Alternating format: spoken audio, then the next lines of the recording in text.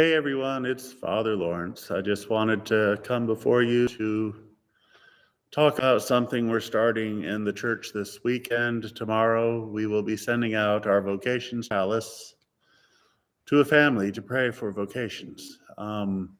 It's an important thing that we need to do. I tried to look up the last time a vocation came from our parish, and it's been since the 1970s. So we need to ask the Lord and pray for those things that we want to see. But I am hoping that families will choose to sign up to take the chalice home to pray for vocations to the priesthood and religious life, because that is so very important to the church. We need good young men and women to enter into that special relationship with the church through a vocation so that the church will always be able to supply the sacraments and the needs of teaching and to strengthen the faith of many people. But have we been asking the Lord for this? Have we been praying about it? I'm not sure we have, other than when the church has those week of prayer for vocation. So I want to focus our effort on that. Just like when we started the traveling pilgrimage of Our Lady of Fatima, many families have received many graces from inviting her into their home for a week. I hope many families will experience many graces by praying for vocations. And you might think, well, my kids are grown, we don't have a chance for vocations. Well, we do. We can still ask.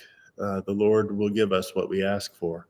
So when you take the chalice home, if you're not sure what to do and you're not sure if you should sign up, well, we have a couple of things to help you. One is the chalice itself, which shows that we need to be receptive to God's will in our life, right? If we follow the writings of Carol Hauslander, this beautiful idea that the dip, the hollow in the chalice is where God can fill us with grace, and we need to be more like the chalice to receive grace. It's her Marian spirituality she was talking about. Mary received everything from the Lord, and the chalice can be a symbol of this, of asking for the Lord to fill us up with grace, whatever grace we're looking for, but particularly for the grace of more vocations.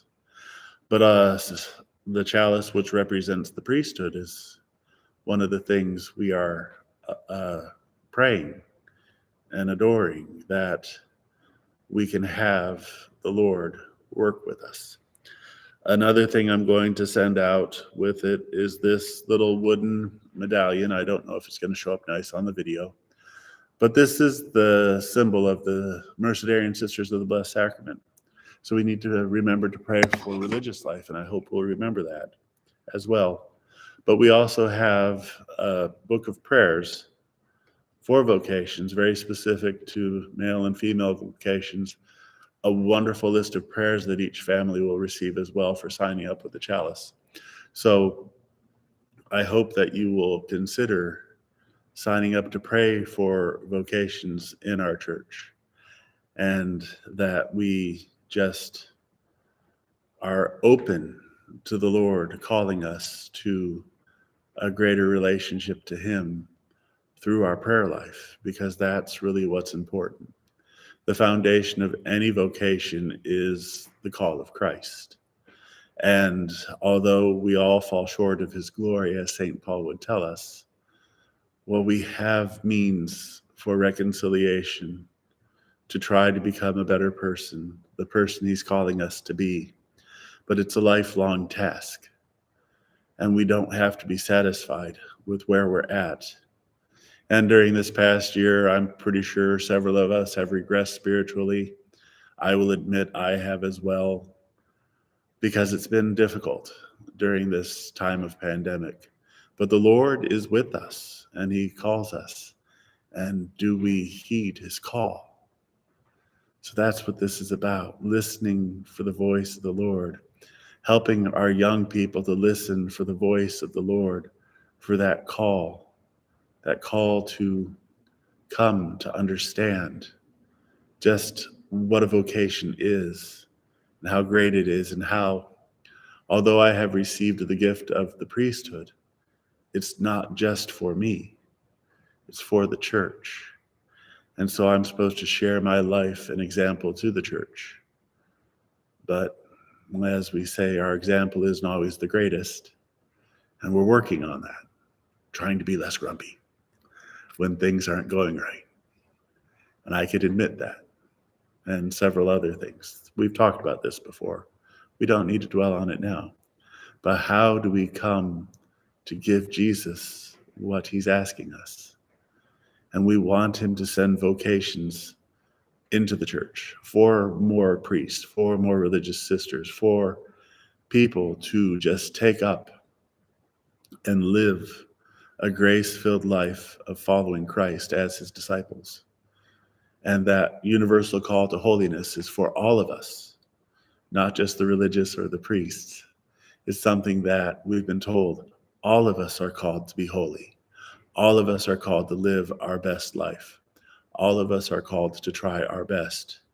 So let's continue to pray for that as well, that the Lord will fill us with his grace as a chalice is filled with wine and water. And then the words of consecration are said.